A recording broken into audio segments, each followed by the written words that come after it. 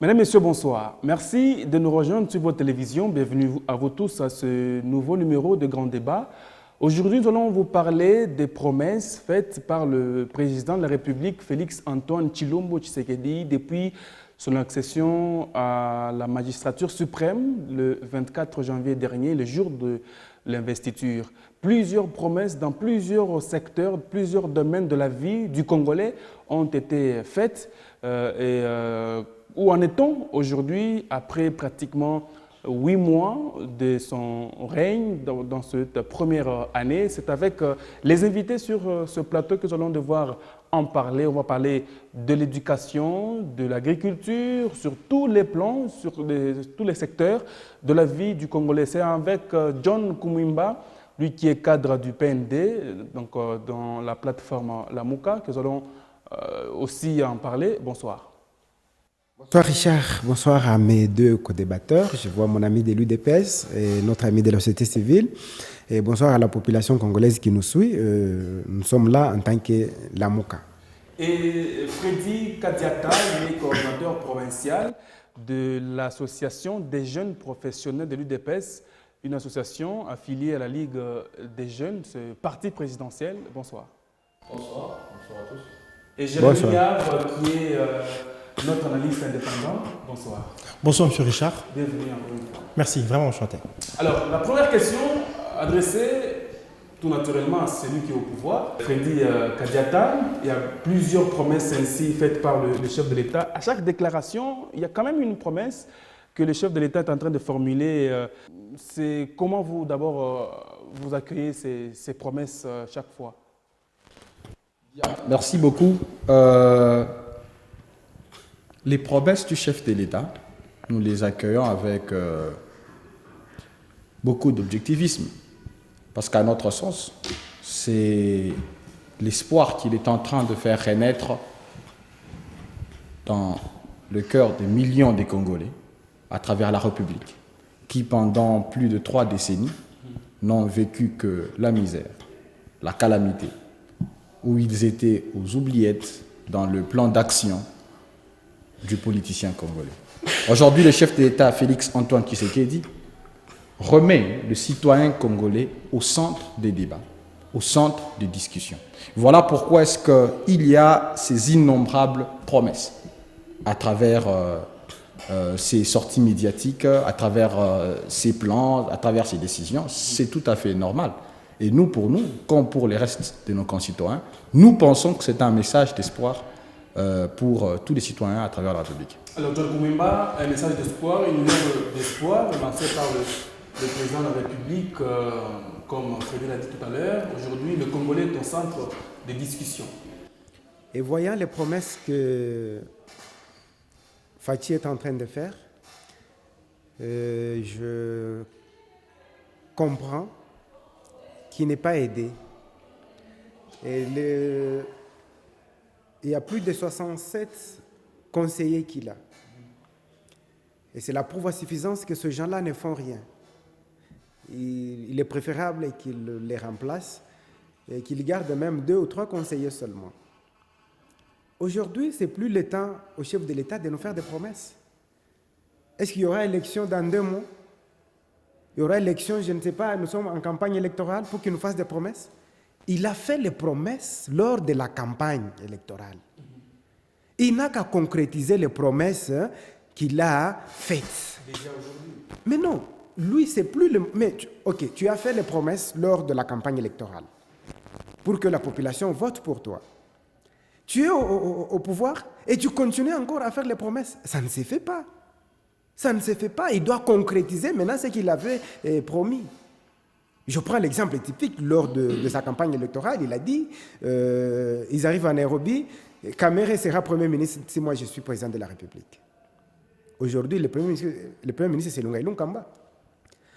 Je vais installer le quartier général de l'armée à Beni, si je passe président de la République. Je me demande si jusque-là, il n'est pas encore président de la République pour qu'il installe le quartier général de l'armée. C'est-à-dire, avec toutes ces promesses-là, nous disons non, c'était des promesses électorales, c'est-à-dire quand il faisait sa campagne. Présentement, il est président de la République. Il n'a qu'à concrétiser tout ce qu'il était en train de dire. La population n'a plus besoin d'entendre encore les chapelets de bonnes intentions. Nous avions entendu ce genre de chapelet quand il faisait sa campagne pour qu'il soit président de la République. Il est maintenant aux commandes. C'est à lui maintenant de concrétiser tout ce qu'il avait promis. Parce que tu travailles, encore tu promets. Tu promets. On lui dit que non, d'ici là, dans une semaine, il y aura campagne présidentielle pour qu'il promette pour que la population vote pour lui. Mais non, là, il est déjà aux commandes. Il doit concrétiser tout ce qu'il avait promis. Alors, Jérémy, aujourd'hui, est-ce que le président de la République est encore dans cette quête de l'opinion au-delà de la campagne électorale déjà faite, il est au pouvoir? Qu'est-ce qui explique ces promesses mal apprécié apparemment par l'opposition? Certainement, je pense que c'est par le fait, si on peut donner quelques motivations, il est vrai que l'opposition va dire qu'il y a un peu trop de promesses de l'autre côté, ou soit. Mais dans le fond, je pense que c'est plus motivé par le fait que le peuple congolais était dans un certain désespoir. Le peuple congolais était dans une attente d'une lueur d'espoir. Le peuple congolais était dans une attente d'un changement. Alors, vu que les changements, c'est quelque chose qui exige beaucoup plus de temps, il faut plus de patience. Et quand on parle du pouvoir exécutif, donc ça veut dire déjà tout de suite que ce ne sont pas des choses qui doivent se faire du jour au lendemain. C'est qu'il faut prendre un peu plus de patience, il faut plus prendre de temps. Mais de l'autre côté, le chef de l'État sent qu'il est plus aussi sous la pression de l'insatisfaction de la population. Moi, je pense que c'est ce qui motive plus le fait qu'il donne un peu plus de promesses. Qu'il dise d'ici peu, on va faire X, d'ici peu, on va faire Y. Mais on trouve que ça commence à être un tout petit peu ennuyeux, entre guillemets, par le fait que nous sentons qu'il y a trop de promesses qui ne sont pas réalisées dans l'immédiat. Alors, comme je suis tombé sur un militaire qui m'a dernièrement dit que d'ici peu, il y aura de l'argent sur mon compte. Mais je pense que c'est une promesse qui date d'un peu, je pense, 4 ou 5 mois. Alors déjà, moi, entendant cela, je me suis dit que bon, il n'y a pas que ça, nous sommes sur les enseignants, nous sommes sur les fonctionnaires, nous sommes sur les magistrats, nous sommes sur un camp de base à l'Est, nous sommes sur... Ça fait un peu de trop, mais ça veut dire aussi que c'est juste pour que le peuple congolais se sente un peu plus à l'aise, qu'il sente qu'effectivement, nous sommes au centre de l'opinion. J'apprécie que M. Freddy a dit, que les citoyens est revenu au centre même des préoccupations de la politique congolaise. Mais de l'autre côté, ça ne donne pas une bonne impression, parce que je pense que pour une autorité étatique, l'accomplissement est même lié à son image politique, ou le fait de concrétiser ce qu'on a promis est lié à son image politique. Je pense, on nous parlait dernièrement des 5 chantiers qui n'ont pas été effectifs sur la République, mais je pense déjà que là, si on peut parler en termes de chantiers, je pense qu'on peut faire même 10 ou 15 chantiers déjà, chantier enseignement, chantier ceci ou cela. Nous restons optimistes que ça peut toujours être fait, mais moi je pense qu'il serait mieux que l'on passe tout de suite à l'action pour que la population commence à sentir que 2 ou 3 choses... Pour passer à l'action, il faudrait déjà mobiliser les moyens nécessaires pour intervenir. Et cela a été, d'ailleurs vous avez raison, cela était impossible avec l'absence du gouvernement. Moi je me demandais, je dis mais effectivement mais ça doit passer par l'exécutif, mais il n'y a pas d'exécutif, mais il y a des promesses à gauche, à droite, comment ça va se faire? Parce que moi je pense que ce qui était d'abord évident, c'était la formation du gouvernement qui doit passer à accomplir même l'une des promesses du chef de l'État. Et vu qu'on a le gouvernement, je pense que, restons optimistes, je pense que ça va se faire. Mais je voulais recadrer légèrement M. Freddy, qui tout de suite a entamé son intervention avec le fait que la population congolaise était dans la misère, elle était miséreuse, elle était. Je sens que c'est tendancieux. Hein, c'est tendancieux parce que s'il arrivait que nous puissions aller au-delà de ce mandat ou 2 autres, on va encore dire par l'autre obédience politique que la population était dans la misère. Moi, je pense qu'il faudrait qu'on soit plus réaliste. Il ne faut pas qu'on me dise des choses parce qu'on est de la tendance UDPS, des associations qui, avant, n'existaient pas. Aujourd'hui, on voit les UDPS fusées de partout.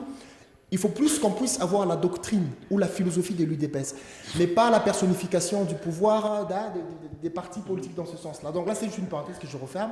Donc vu qu'on a le gouvernement, je suis sûr et certain que les choses vont commencer maintenant à se faire. Mais ça ne serait pas évident qu'on ajoute d'autres promesses. Cela ne dépend que du chef de l'État, effectivement. Monsieur Richard, il doit se référer à la population, le peuple d'abord. D'accord, oui. Oui, merci beaucoup. Je veux commencer par réagir aux propos de mon collimateur de droite, et puis je suis terré par celui de gauche. À commencer par celui de droite, je me rends compte ici que le quantum de temps qui lui avait été accordé a été utilisé pour ressortir, en fait, son état d'esprit. C'est-à-dire l'état d'esprit de quelqu'un qui est un tout petit peu, je ne sais pas, aigri, si je ne vais pas trop loin, parce qu'on parle des chapelets des bonnes intentions.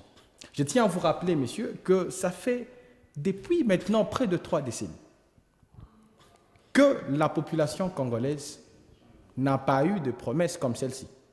Voilà pourquoi est-ce que quand tous nous les recevons, comme c'est quelque chose et puis on n'y est pas habitué, du coup ça pose problème. Vous avez évoqué ici le cas du cabinet du chef de l'État. Je ne vais pas rentrer dans ce débat parce que ni vous ni moi ici n'avons ni la compétence ni non plus l'habilité de discuter des questions comme celle-là. Ce n'est pas à nous de déterminer qui devrait et qui ne devrait pas être conseillé, si nous devons être logiques avec nous-mêmes. Vous parlez aujourd'hui des promesses par rapport à l'accord de Nairobi. Mais écoutez, vous devrez comprendre ici que l'accord de Nairobi, c'était signé en amont des élections. On ne savait pas quel parti détiendrait la majorité au Parlement. Mais aujourd'hui, il s'est fait que sur table, le FCC dispose de la majorité au Parlement. Mais cela n'était pas risqué, par exemple. Cela n'était pas risqué, je crois que non. Pourquoi? Parce qu'il faut d'abord partir par un principe. C'était un accord de principe qui voudrait que si nous gagnons la majorité au Parlement, que l'UNC du président Kamere puisse détenir la primature. Mais maintenant, sur calcul, vous me laissez terminer, sur calcul, ça n'a pas été le cas. Le FCC a disposé de la majorité. Aujourd'hui, on parle peut-être du déplacement de l'état-major à Béni. Mais écoutez, il y a certaines intentions qui sont ce qu'on appelle des arguments des campagnes politiques, mais il y a aussi la réelle politique qui s'ensuit. Nous avons l'opération Sokola 1, qui était en cours, qui a porté les fruits que tout le monde sait constater. L'insécurité continue à battre son plein à Béni. Aujourd'hui, le chef d'État, en tant que commandant suprême des forces armées, a redéfini une nouvelle stratégie militaire pour combattre les groupes négatifs à Béni. Donc, à ce niveau, je crois qu'on ne devrait plus retourner sur table la question du déplacement d'état-major. C'était certes une promesse des campagnes, mais seulement la promesse des campagnes visait un objectif clair. C'était la neutralisation des groupes rebelles à l'est de la République démocratique du Congo. Donc, si le commandant suprême, pour des raisons tactiques, redéfinit la stratégie de combat des groupes négatifs, en tout cas, je crois que ce n'est pas dans un débat politique qu'on devrait redire il faudrait effectivement que l'état-major soit déplacé à Béni pour que l'on puisse éradiquer définitivement les groupes rebelles. On est élu sur base de promesses de campagne. Justement. On est élu sur base d'un programme de campagne. Ça change le quotidien. Et justement, on est élu sur base d'un programme de campagne, mais comme vous le dites vous-même, pour changer. C'est-à-dire qu'on attend des résultats à la sortie. Alors, si la stratégie redéfinie nous permet d'atteindre ces objectifs de fin, donc moi, je crois, à mon sens, que ça ne sert à rien de retourner sur table une stratégie de déplacement de l'état-major. C'était une promesse des campagnes. Ouais. Mais maintenant, le chef de l'État a pris une autre stratégie pour le faire. Je crois que tout ce que nous attendons... Justement. De la matérialisation de ces promesses? Non, pas pour contourner. Il n'y a aucun contournement. Ici, il y a un objectif. Éradication des groupes négatifs à l'est de la République démocratique du Congo. Quel qu'en soit le moyen. Une stratégie militaire, ça peut se redéfinir. Une tactique militaire, ça peut se redéfinir. Les spécialistes de la défense sont les mieux indiqués pour en parler. Et pour réagir à notre analyste aussi, qui a cité ici 2 points, je vais commencer par le dernier. Bon, on a commencé par parler de la philosophie de l'UDPS et puis des associations qui naissent après les élections. Je crois quand même que c'est parfois être mal informé parce que l'association à laquelle j'appartiens n'a pas vu le jour après les élections. Il faut bien se renseigner sur la question. Même refusé à refuser si vous avez appris. Je crois que nous sommes dans un débat sur les questions des promesses du chef de l'État, pas sur les questions des structures et organes internes du parti au pouvoir. Je parle de ça parce que vous l'avez évoqué, mais vous l'avez évoqué avec beaucoup trop de malice et aussi avec beaucoup trop de calomnies. Il fallait que je puisse retourner les questions sur table. Quant aux promesses des campagnes, monsieur dit qu'il en est un peu de trop. Mais il faut comprendre qu'est-ce qu'on promet. Par exemple, lorsque vous dites qu'il y a une promesse d'une majoration des salaires des militaires. Mais écoutez, c'est un processus. C'est une promesse de campagne. Le président de la République ne s'est jamais dédié sur cette question. Le président a promis et effectivement, il le réalisera. Mais seulement, le chef d'état-major a annoncé depuis la semaine passée qu'il y aura une opération d'identification de tous les militaires et policiers. On doit identifier dans ce pays qui est militaire et qui est policier. On doit connaître quels sont les effectifs afin que d'autres procédures de réajustement des salaires ne puissent se faire. Donc ce n'est pas quelque chose que l'on fera systématiquement. Oui, monsieur John Koumima, vous avez une réaction? J'ai aimé la façon dont mon ami est en train de parler. Et là, il prouve à suffisance que c'est ce qu'on a toujours dit, escroquerie électorale. C'est un terme. Je ne sais pas si vous le connaissez aussi chez vous. C'est-à-dire dire à quelqu'un de voter pour toi et après tu feras ça, ça, ça. Et quand tu passes, tu ne les fais plus. Non, là, monsieur, nous sommes dans une calomnie. Je me dois de vous arrêter électorale. parce qu'il n'y a pas eu d'escroquerie. Il y a eu un réajustement de stratégie. Tu as bien dit qu'on nous devrait restons réajuster. complètement dans la stratégie militaire de sécuriser nos populations. Alors, s'il faut déplacer l'état-major, ça, c'est vous qui voyez. Ça, on appelle ça escroquerie électorale. Il a eu certaines voix par rapport à toutes les promesses qu'il avait faites. Pour le déplacement de l'état-major. Et par après, il passe pour vous, la sécurité, c'est résume au déplacement de l'état-major. Vous changez ça, ça s'appelle escroquerie électorale. Pour déplacer l'état-major. Ce qui m'étonne vraiment, c'est quand il dit que nous n'avons pas ce pouvoir-là, le droit-là, de juger le cabinet du chef de l'État, de parler, de tabler sur ça. Mais apparemment, je ne comprends pas. Le chef de l'État, c'est la première institution. Il est le garant de toutes les institutions. Mais si on trouve que ceux qui sont autour de lui ne sont pas là pour que cette institution-là fonctionne, nous devons parler de cela, puisque cela va, la vie des Congolais en dépend. Et pour ça, vous résumez à 2 conseillers la présidence? Mais je ne comprends pas. Pour vous, il faudrait 2 conseillers à la présidence, monsieur? Non. Si vous avez aujourd'hui le pouvoir, vous résumerez votre cabinet à 2 conseillers. C'est pourquoi... Mais non, c'est maintenant, heureusement la population nous suit. Vraiment... j'ai de larmes. Vous en avez pour vous-même ou pour la population? Pour la population et pour moi-même. Si c'est pour vous-même d'abord, parce qu'au nom de la population, vous n'en avez pas les larmes. Heureusement, c'est lui qui dirige cette mission. C'est une très bonne chose. Ça, j'ai toujours aimé quand je suis avec nos amis de l'IDPS. Dans ce sens-là, nous vous disons ceci. La population en a marre. Faites des actions concrètes, pas des discours. Même quand tu dis que depuis des décennies, ce sont les meilleures promesses. Mais apparemment, je dirais que tu es né de la dernière pluie. Est-ce qu'il y a des meilleures promesses que les promesses de Mobutu? L'agriculture, priorité des priorités. Vous voulez que je vous parle de toutes ces promesses-là? Mais si vous dites que les promesses de Fatih, ce sont les meilleures que toutes les promesses qui ont déjà été faites. Mais je me dis, vous êtes né de la dernière pluie.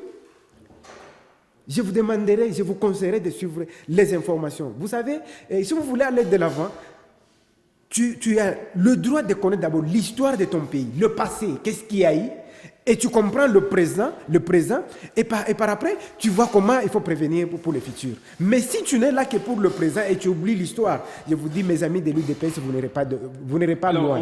Revenez à l'histoire. Je dois dire, je continue. Oui. Quand vous me dites qu'il était préférable qu'il change tout ça, oui, c'est bien beau. Il va réaliser ce qu'il a dit, il réalisera à coup sûr. C'est bien beau. Et la promesse faite aux militaires et aux autres. Mais je dois vous dire ceci. Ne soyez pas de ceux-là qui applaudissent là où il ne faut pas applaudir. Là où il y a un ça ne va pas, vous dites ça ne va pas. C'est ça le peuple d'abord. Inversons aussi la courbe. Là que ça marche, soyez aussi le premier à applaudir. Oui, nous sommes, et là que ça tente, soyez là pour proposer des solutions. Nous les faisons souvent. On ne doit pas faire la politique politicienne. Je vous ai proposé... Parce qu'ici, nous sommes dans des discours purement politiques. C'est pourquoi et nous ne parlons pas comme des technocrates. Je suis en face d'un co-débatteur ici qui s'arrête sur des détails et qui s'arrête sur l'accessoire. Je préfère ici que nous puissions réfléchir comme des techniciens. Apparemment, c'est lui qui a la parole. Si nous devrons comprendre la situation comme ça, je crois que nous ne saurons pas aider nos populations. Moi, je ne réagis pas ici dans une discussion politicienne pour la politique. Mais j'ai réagi ici en tant que technocrate pour proposer des voies et moyens qui peuvent permettre à notre population de sortir de la crise et aller vers l'émergence. John, on continue avant de donner la parole à Jérémy. Mon co-débatteur a une confusion, une très grande confusion. Il confond une proposition, une suggestion pour aider. Mais je venais à peine de dire que le cabinet du chef de l'État ne l'aide pas, ses conseillers. Tu as dit non. Alors comment tu peux me dire, tu as encore besoin de quel genre de suggestion? On reviendra. Cette confusion-là, vous comprenez comment il est confus. Et j'ai bien dit, tu t'es attaqué. Non, on ne peut pas débattre de cette histoire ici. Alors tu veux quel genre de propositions? Merci. Les propositions, des promesses qui ne sont pas tenues? Non. Les propositions, nous avons besoin du concret. On doit concrétiser les promesses qui ont déjà été faites. John, Et non reviendra, continuer cela reviendra comme le chapelet, comme les rosaires. Jérémy, Chaque matin, rosaire, rosaire, rosaire. Non, Jérémy. non, nous avons besoin du concret. Est-ce que finalement, on ne peut pas comprendre que ce pays a besoin de solutions et que le problème, il y en a multiples? Ça veut dire que le chef de l'État les a peut-être déjà ficelés, déjà dénichés par-ci par-là dans plusieurs secteurs, d'où toutes ces promesses.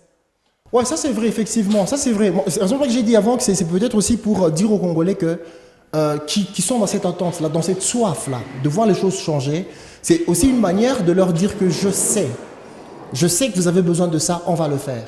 Je sais que vous avez besoin d'Y, on va le faire.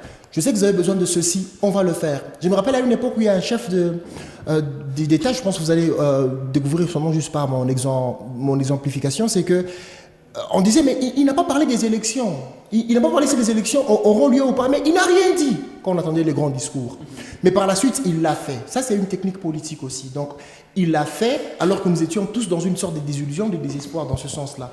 Mais dans le fond, c'est que aujourd'hui, il est vrai aussi que mieux vaut ne pas dire et faire que dire sans faire. Ça commence un peu à remettre les choses en cause, donc d'une manière ou d'une autre. Mais nous devons aussi comprendre le chef de l'État actuel, c'est que il est animé des bonnes intentions. Ça, c'est vrai. Ça, c'est une assurance. Des très bonnes intentions. J'ai suivi dernièrement une vidéo qu'il a publiée sur l'unité, le changement de mentalité. Il faut qu'on le fasse. J'ai lu, ça c'est un avis personnel, j'ai lu un acteur politique qui veut changer les choses. Il a le désir de changer les choses.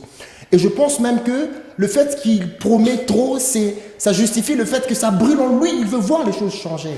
Mais je pense que la casquette qu'il a actuellement, c'est une casquette qui a aussi des exigences. Vous voyez par exemple quand on parle des... Plus d'action que de paroles, effectivement. Moi ça m'a un peu stupéfait, le fait que ce n'est pas que j'attaque trop M. Freddy, je suis dans le débat. Ça m'a stupéfait le fait pour M. Freddy de négliger le fait qu'on n'a pas déplacé l'état-major. Ce n'est pas une question négligeable. Ce n'est pas une question négligeable parce qu'il y a des vies qui ont apporté leur voix pour voir les choses changer. Et si tout de suite on doit changer des choses parce que non, il y a des raisons tactiques, des raisons systématiques, je pense que même quand on parle de l'enseignement, de la gratuité de l'école primaire, il y a aussi beaucoup à étudier là-dedans. On va en parler. Non, ce n'est pas que je suis en train de... Mais ça veut dire seulement que quand on fait des promesses, du point de vue de la pratique, du point de vue de la mise en place de ces promesses, il y a toujours eu à boire et à manger. Vous voyez un peu. Pour preuve, M. Freddy a dit qu'il fallait qu'on déplace l'état-major, mais on a étudié, on a changé des systèmes. Ce n'est pas seulement pour la promesse faite pour le changement. Le chef de l'État n'a jamais exclu le déplacement de l'état-major. J'ai dit que peut-être pour des raisons tactiques, on a préféré commencer par un réajustement. Ne me faites pas dire ce que je n'ai pas dit sur ce plateau. Non, comprenez qu'on est tous animés des bonnes intentions parce qu'on parle au nom du peuple. Donc il n'y a pas d'attaque personnelle, il n'y a rien de ça. Donc ça veut dire que de la même manière... on reste sur nos propos. Certainement. Ça veut dire que de la même manière qu'on peut dire on n'a pas pu déplacer, le chef de l'État avait promis. Comprenez que je m'attarde un peu à ce niveau. Le chef de l'État avait promis que ça sera fait.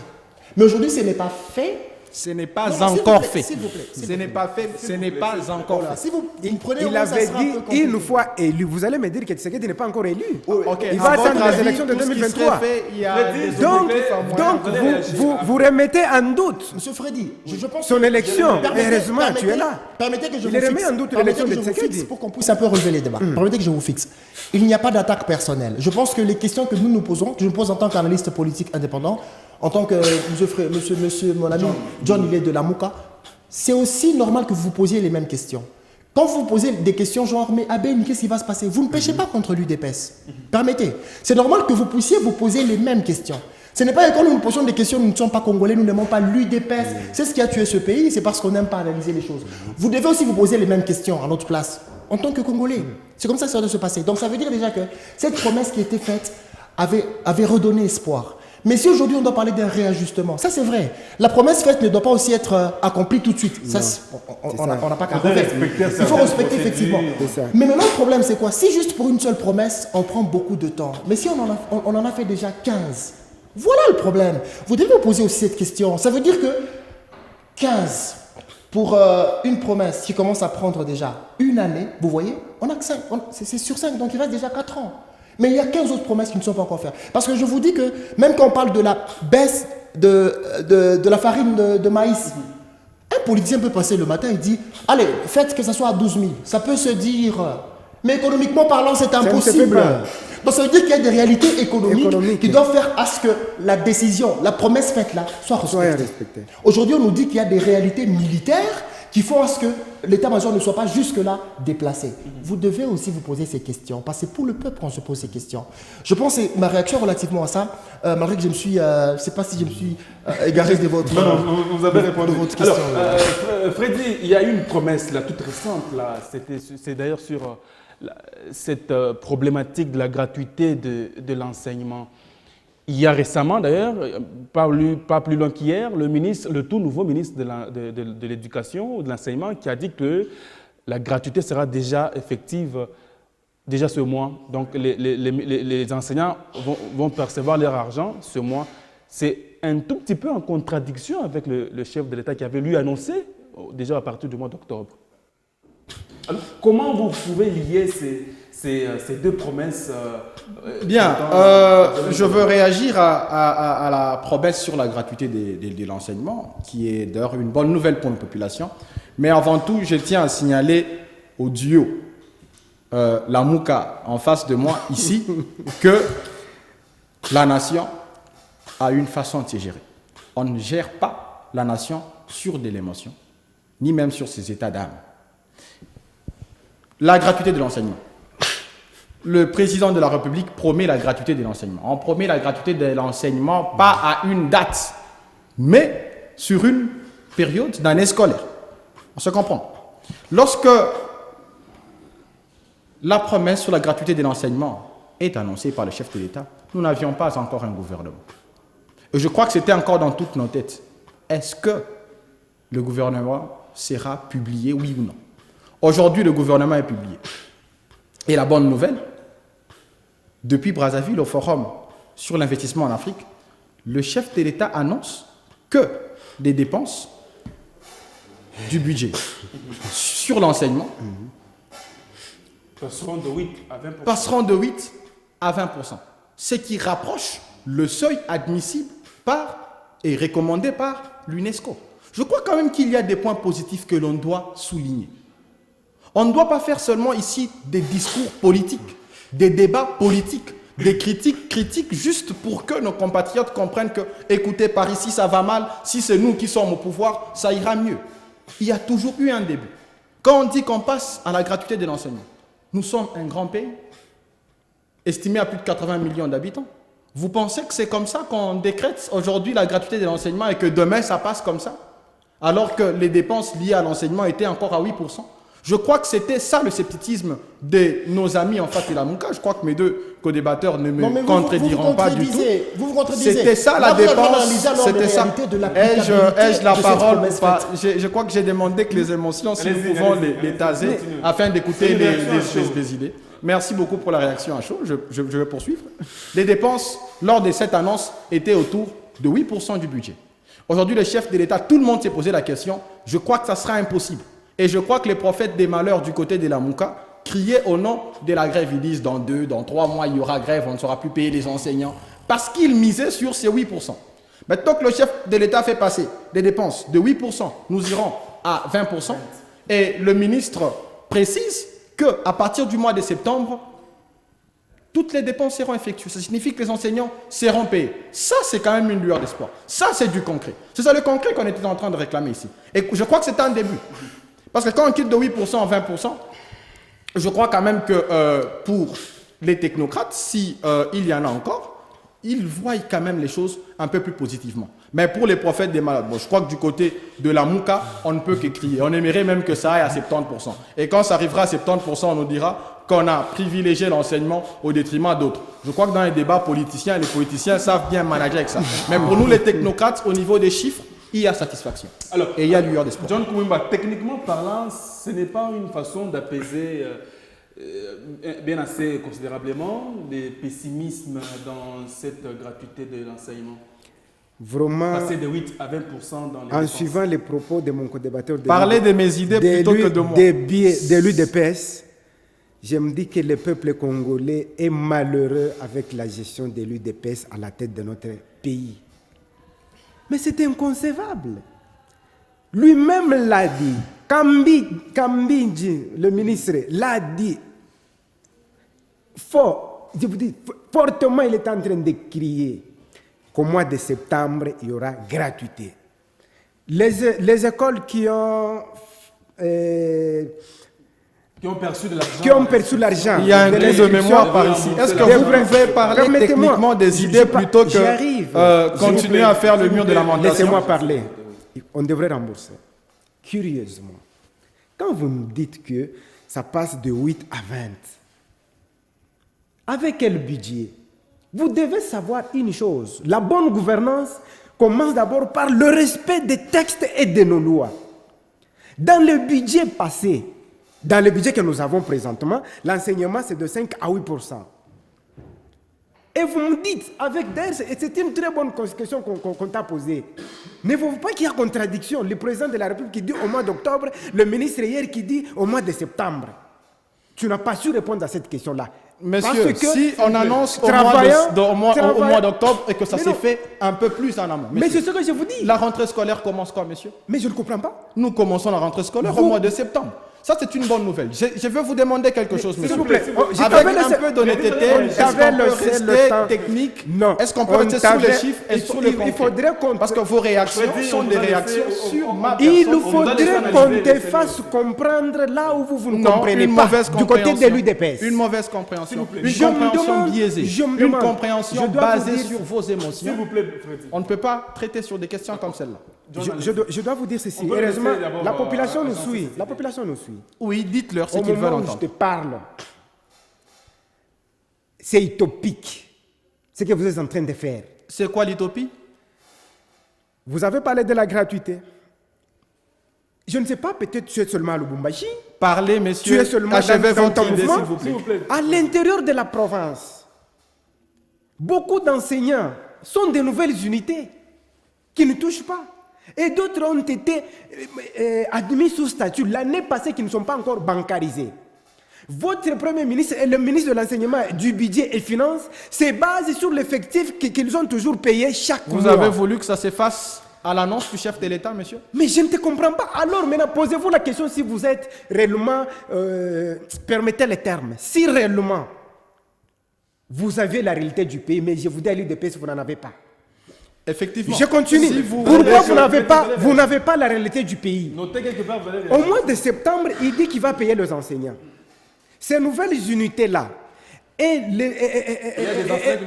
ceux qui ne sont pas mécanisés, qui ne sont pas bancarisés, et ceux-là, les non payés, les omis, ne vont pas toucher. Mais les autres vont toucher. Et vous trouvez que c'est ça la façon de gérer? Je vous dis avant de faire quoi que ce soit, vous devez faire une étude de faisabilité. Ce que nous allons faire ici, c'est faisable. Mais ne gérez pas le pays comme vous le faisiez quand vous étiez encore UDPS comme parti politique. Mais vous devez faire l'étude de faisabilité. Je vous dis au moins, je vous parle, c'est avec quel salaire? Il y a de ces enseignants. Je prends par exemple un professeur dans une école qui touchait $900, $1000. Mais aujourd'hui, l'État congolais paye 120 000 francs. Hier, on leur a posé la question. Vous dites que vous allez payer au mois de septembre. C'est quelle somme que vous allez payer? Avec réajustement, bien sûr. Réajustement. Il y a eu Quel réajustement? Et je dois vous dire, Il y a eu réajustement, monsieur. comme vous n'êtes au courant derrière par rapport à la gestion que vous faites, une gestion calamiteuse. J'ai comme l'impression que vous avez le secret de Dieu et que vous maîtrisez non, je dois te dire ceci. toute la situation non, maintenant je dois te dire parce que de nos frontières. Tu n'es pas informé. Même de l'intérieur. Peut-être vous passez, le plus souvent vous de l'UDPS, vous passez peut-être votre temps à composer des chansons que vous allez chanter pour Fatih. Mais la bonne marche du pays, vous ne suivez pas.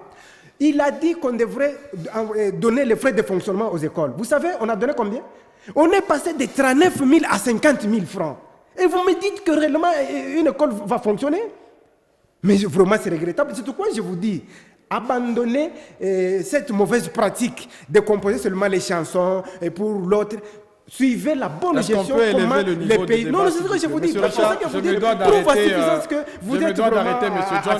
Je l'arrête, ce n'est pas à vous de l'arrêter. Alors, Jérémy, aujourd'hui, selon les analyses de Freddy et de John, l'on sent que d'un côté, cette volonté, vous l'avez d'ailleurs vous-même évoqué, mais sur le terrain, certaines faisabilités pourront bloquer la vision du chef de l'État, d'où la nécessité de l'implication exclusive du gouvernement.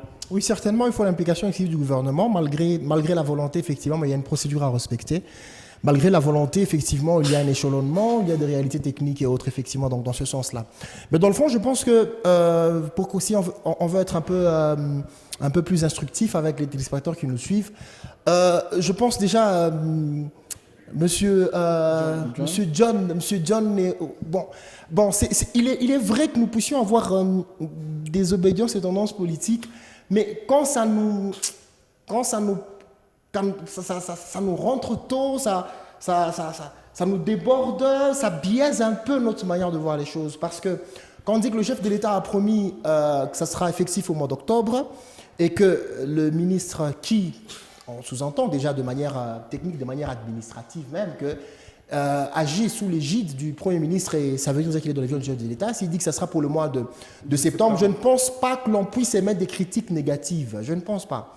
Parce qu'il y avait, d'entrée des jeux, donc juste à l'annonce de cette promesse, il y avait des inquiétudes telles que, mais comment est-ce qu'on va vivre, on va tenir... Nous sommes en contact avec la population en échange. Comment est-ce que ça va se passer pour le mois de septembre, s'ils disent qu'ils vont commencer au mois d'octobre? Mais si aujourd'hui le ministre a juste dit que ce sera pour le mois de septembre, ça ne peut être qu'une bonne nouvelle pour nous. Et je ne pense pas qu'on soit un pessimiste à ce niveau. C'est ce qui complique un peu les choses avec monsieur John. Je pense aussi que dans le fond, que nous devons, si nous regardons en face les besoins je le dis avec beaucoup d'inquiétude parce que donc je dois m'adapter un peu à l'allure, effectivement. Donc si nous regardons en face le besoin du peuple, ou si nous regardons en face, si nous essayons d'enlever nos robes, nos jupes, nos pantalons UDPS, la mouka, je pense qu'on va faire des bons débats. Parce que si on parle au nom de... Je sens tout de suite là, il y a trop de contradictions, hein? On contredit par ici, mais quand on veut analyser, on sent qu'on dit le contraire de ce qu'on a dit avant. On est un peu dans cette sorte de tohu-bohu qui complique un peu les choses. Donc, je n'arrive pas personnellement, sincèrement, je n'arrive pas à bien me fixer. Nous devons... J'ai dit à M. Freddy que nous ne sommes pas contre... Moi, personnellement, je ne suis pas contre l'UDPS. Je ne suis pas contre la MOUCA. Je ne suis pas contre... On analyse les faits. On analyse les faits. Ouais. Vous pouvez être de l'UDPS. Ça implique l'UDPS, PPRD ou quoi que ce soit. Vous pouvez être de l'UDPS, mais vous dites que non. Je sens que quand on parle de la gratuité de l'enseignement, vous avez parlé des militaires qui n'étaient pas encore recensés. Heureusement que mon co-débatteur l'a dit. J'ai pensé déjà aux enseignants qui n'étaient pas aussi recensés. Il y a eu des remaniements, il y a eu. Et imaginez-vous que jusque-là, on ne sait pas d'abord il y a combien d'écoles de l'État, dans quel État. Voilà le problème.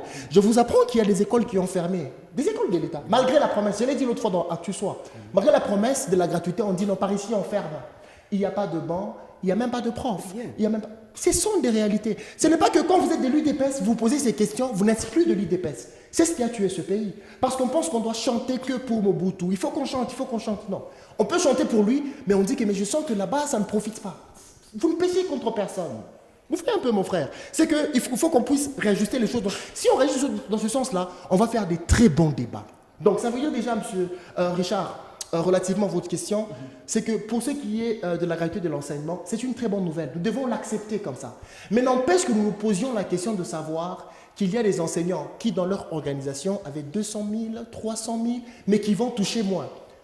Maintenant, qu'est-ce qui va se passer? Ça va frustrer. Ça va frustrer. Et on doit se Nous poser aurons cette quelle question. Qualité et le gouvernement, et même le chef de l'État doit être au courant de cette insatisfaction et il doit réajuster. Parce que je pense que vous peut-être, je ne sais pas, hein, ce n'est pas un jugement, je m'adresse aussi à M. John.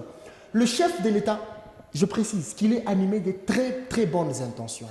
Et je pense même que le chef de l'État, ça c'est à mon entendement, n'hésiterait pas à dire que non, non, là nous devons réajuster.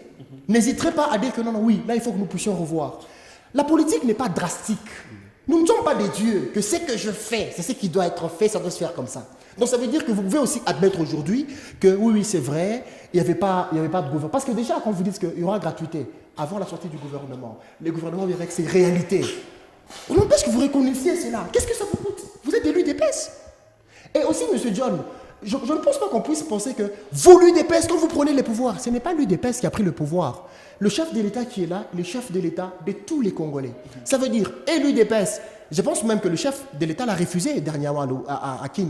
Vous suivez ce qui se passait? L'UDPS qui voulait s'accaparer du chef de l'État, il l'a refusé. Il y a même des gens qu'on a sanctionnés. Ça veut dire que nous devons d'abord avoir cette confiance-là, que le chef de l'État, même vous devez être en désillusion. Il ne faut pas croire que c'est le nôtre qui est là.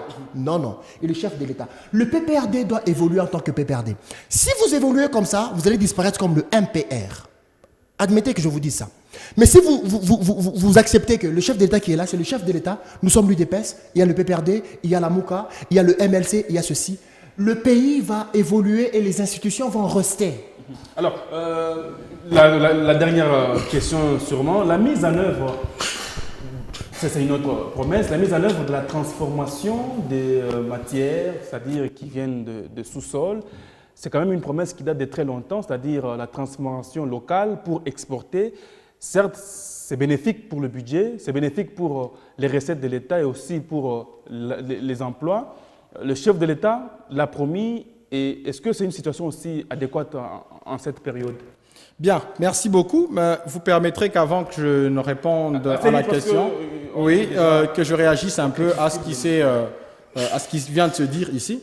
Je crois que du côté de M. John, il n'y a rien à réagir. Ça a été plus une réaction émotive. Je ne veux rien dire là-dessus. Du côté de M. Jérémy, je ne veux pas que l'on se comprenne mal. On doit être honnête avec nous-mêmes. Les difficultés, on ne peut pas les maquiller, tout simplement parce qu'on parle au nom du pouvoir. Je crois qu'il y a des sérieux problèmes. Il y a des écoles, actuellement, au fond du pays, qui souffrent, qui n'ont même pas des bancs, ni non plus des enseignants, comme vous venez de le souligner. Il y a de ces écoles qui ont demandé des frais, justement, 5 000, 10 000 justement. D'accord. Il y a cette difficulté-là. Et ça, nous ne pouvons pas le nier. Ce sera votre conclusion. Ça, ce sont ces difficultés. Elles sont totalement présentes et nous ne pouvons pas le nier. Moi, j'ai réagissé plus à ce qu'on venait de dire, mais qui ne me convenait pas trop, de dire que rien n'est fait, c'est mal fait et puis tout. Ça, je crois que ce n'était pas très correct. Mais quant à dire que les difficultés sont encore là, il y a des enseignants qui ne seront pas payés, il y a des écoles qui n'ont pas été mécanisées, qui ne sont pas concernées par cette gratuité. Ce sont des difficultés qui, nous espérons que le gouvernement y trouvera des réponses très rapidement. Et je crois que même pour nos téléspectateurs, il faudrait comprendre que je crois que ça sera un processus graduel qui sera résolu dans le temps. Maintenant, quant à votre question sur la transformation de minerais, je crois que le chef de l'État voit juste. Ça a été des promesses qui ont été faites auparavant. Je ne veux pas... pour appliquer une mesure comme celle-là, vous devrez comprendre que le chef de l'État n'a pas besoin seulement, je dis bien, n'a pas besoin seulement de sa propre signature pour le faire, mais il a besoin aussi d'un très grand soutien au niveau de notre population. Pourquoi? Parce que nous avons le bloc occidental qui voit d'un très mauvais œil une décision comme celle-là. Ils préfèrent prendre nos minerais à leur état brut et les importer. Et nous, en conséquence, nous souffrons tellement de la fluctuation et de la baisse des prix de matières premières sur le marché. Et ça devient un sérieux problème. Et puis, nous avons plus, pendant des longues années, misé sur le secteur minier. Alors qu'aujourd'hui, le secteur minier ne participe qu'à 4% au marché de l'emploi. Nos populations ont besoin d'emploi. Cette décision de transformer les matières premières localement, je crois que c'est une bonne décision et qui demande l'accompagnement et le soutien de notre population. Pourquoi? Parce qu'avec une transformation des minerais sur place, nous pouvons créer des conditions d'emploi pour dans votre chute, épinglez aussi l'agriculture. Une minute. Oui, justement, par rapport à l'agriculture aussi, le président a dit qu'on créera des parcs agro-industriels à travers le pays, c'est-à-dire dans toutes les provinces. Ça va nous aider à inverser la courbe, comme le chef d'État l'a dit. Actuellement, 90% de produits des bases sont importés depuis l'extérieur, ce qui n'est pas trop bon pour l'économie de notre pays. Maintenant, s'il faudrait qu'on puisse inverser, on devrait commencer d'abord par l'agriculture. Pourquoi par l'agriculture? Parce que ça nous permettra aussi de diversifier le secteur économique pour nos populations rurales. Bokangalonzo dans ce pays. Oui, Bokangalonzo, on a connu de sérieux problèmes. Il y a eu mégestion au niveau de la chose publique. Nous savons tous ce que ça a donné. Il y a eu des fonds. Où est-ce que ces fonds ont été alloués? Ça, on ne sait pas. Mais nous pensons quand même que pour cette fois-ci, avec une vigilance citoyenne, un accompagnement des structures de la société civile, merci, on peut parvenir à mettre en œuvre ce plan. C'était votre conclusion. John Koumimba, en termes de conclusion. La population qui nous suit, ainsi que notre ami de l'UDPS, doivent savoir... On peut parler des idées, s'il vous plaît. J'y arrive, c'est ce que j'ai dit. Doivent savoir... Oui, doivent savoir que... Là, il y a attaque sur UDPS. Non, j'ai dit bien la alors population... Alors que le chef de l'État dit... Nous sommes en train de conclure, J'ai dit... C'est pas une victoire d'un camp contre l'autre. On n'a plus de temps. La population qui nous suit, ainsi que notre ami de l'UDPS, doivent savoir que la bonne gouvernance signifie respect des textes et de nos lois. C'est la première des choses. L'autorité budgétaire, c'est le Parlement. Les budgets que nous avons ici, c'est le budget qui a été voté l'année passée. Ilunga Kamba, présentement, doit travailler avec le même budget là. En attendant le budget qui sera voté, maintenant, au mois de janvier, on va utiliser ce budget là. Sortir l'argent d'une ligne budgétaire et l'orienter à une autre ligne sans l'accord du Parlement, c'est un détournement. Les gens doivent le savoir. Je m'adresse à la population. Vous parlez au nom de vos 18 années d'expérience aux côtés du pouvoir ayant géré ce pays, ou soit vous parlez en tant qu'un nouveau saint ou un nouveau dans l'opposition. Après 18 ans de mégestion de la chose publique, c'est sur un plateau que vous nous donnez l'expérience de la bonne gestion de ce pays. Et si on était honnête avec nous-mêmes? Quand vous avez des gens qui n'ont jamais géré, c'est comme ça. Oui, quand aussi on a des gens qui ont 18 années de mégestion de la chose publique, c'est toujours comme ça. De la gestion de la chose publique. La mégestion pendant 18 pour ans. Un débat, il a conclu. Mais je ne sais pas comment il est frustré. Il a peur de ma frustration, c'est de vous entendre continuer à faire des insinuations et à tenir des propos d'une aussi grande légèreté sur un plateau de télévision. Je ne comprends pas. Merci, monsieur le journaliste. L'inexpérience, c'est un vice. Merci. C'est-à-dire quoi? Prendre l'argent qui était destiné à une ligne budgétaire et l'orienter à une autre, sans l'accord du Parlement, c'est un détournement. Nous devons le savoir. Mais la session sera déjà ouverte par... Non, mais le mois de septembre, quand on dit on va payer les enseignants pour la gratuité, nous sommes d'accord pour la gratuité. Il n'est pas exclu qu'on puisse saisir l'Assemblée avant la fin de ce mois. J'y arrive. Oui. Allez-y, allez-y. Ça dit que cette gratuité-là, tous avions salué.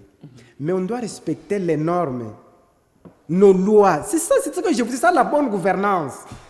C'est-à-dire, il n'est pas dit que la présidence est là, quand elle se dit, prenez autant d'argent, amenez là-bas, on doit le faire. Non, ça c'est une mégestion. La gestion, on doit respecter les lignes budgétaires. L'enseignement avait un pourcentage de 5 à 8%. Il aurait dû, même notre Premier ministre, devrait demander à la population. Nous sommes patients. Nous savons que les bonnes intentions doivent être réalisées. Et non prendre des discours populistes pour dire que non, la population va aimer, mais quelque chose d'irréalisable. Non, nous sommes tous pour la gratuité de l'enseignement. Mais on va prendre l'argent où? Dans l'armée, à la défense, ou bien où qu'on va ajouter à l'enseignement. Et en plus de cela, quelle cacophonie il y a? Il y a beaucoup d'NU. Il y a des noms mécaniques, des gens qui ne sont pas bancarisés. Il y a des noms payés. Dites-moi aujourd'hui, comme nous sommes à 4 ici, non, qu'on se comprenne. On paye les deux, tous sommes enseignants, et les autres ne sont pas payés. Qu'est-ce que ça va créer? Au contraire, on pouvait seulement faire comprendre à la population, faire comprendre aux gens que non, on peut soit aider, parce que nous sommes là pour aider le gouvernement, pour que l'histoire aille de l'avant. Mais il ne faudrait pas que le gouvernement nous mette les bâtons dans les roues. Ce n'est pas correct. Nous voulons la transparence, il faut être correct. C'est-à-dire, on va payer les enseignants, il y aura frustration. D'ailleurs, pas plus qu'hier, c'est le mot, le chargé, je ne sais pas, intersyndical, il est demandé qu'il y ait une réunion tripartite. Mais ils se sont réunis eux-mêmes, la Banque centrale et Primature, et les autres ministres, sans associer cela. On leur pose la question, vous avez alloué combien un enseignant? Ils n'ont pas su parler. Or, ce n'est pas correct. Nous n'avons plus besoin de ces mouvements-là comme on les avait. C'est pourquoi il faut savoir dire la vérité. Nous avons cure des mensonges. Nous avons cure des mensonges. Il faut dire la vérité. Là où vous n'êtes pas en mesure de faire, vous dites, nous ne sommes pas en mesure. Nous allons vous accompagner. Aujourd'hui, vous dirigez. On a besoin de l'accompagnement, pas de ceux qui ont 18 ans.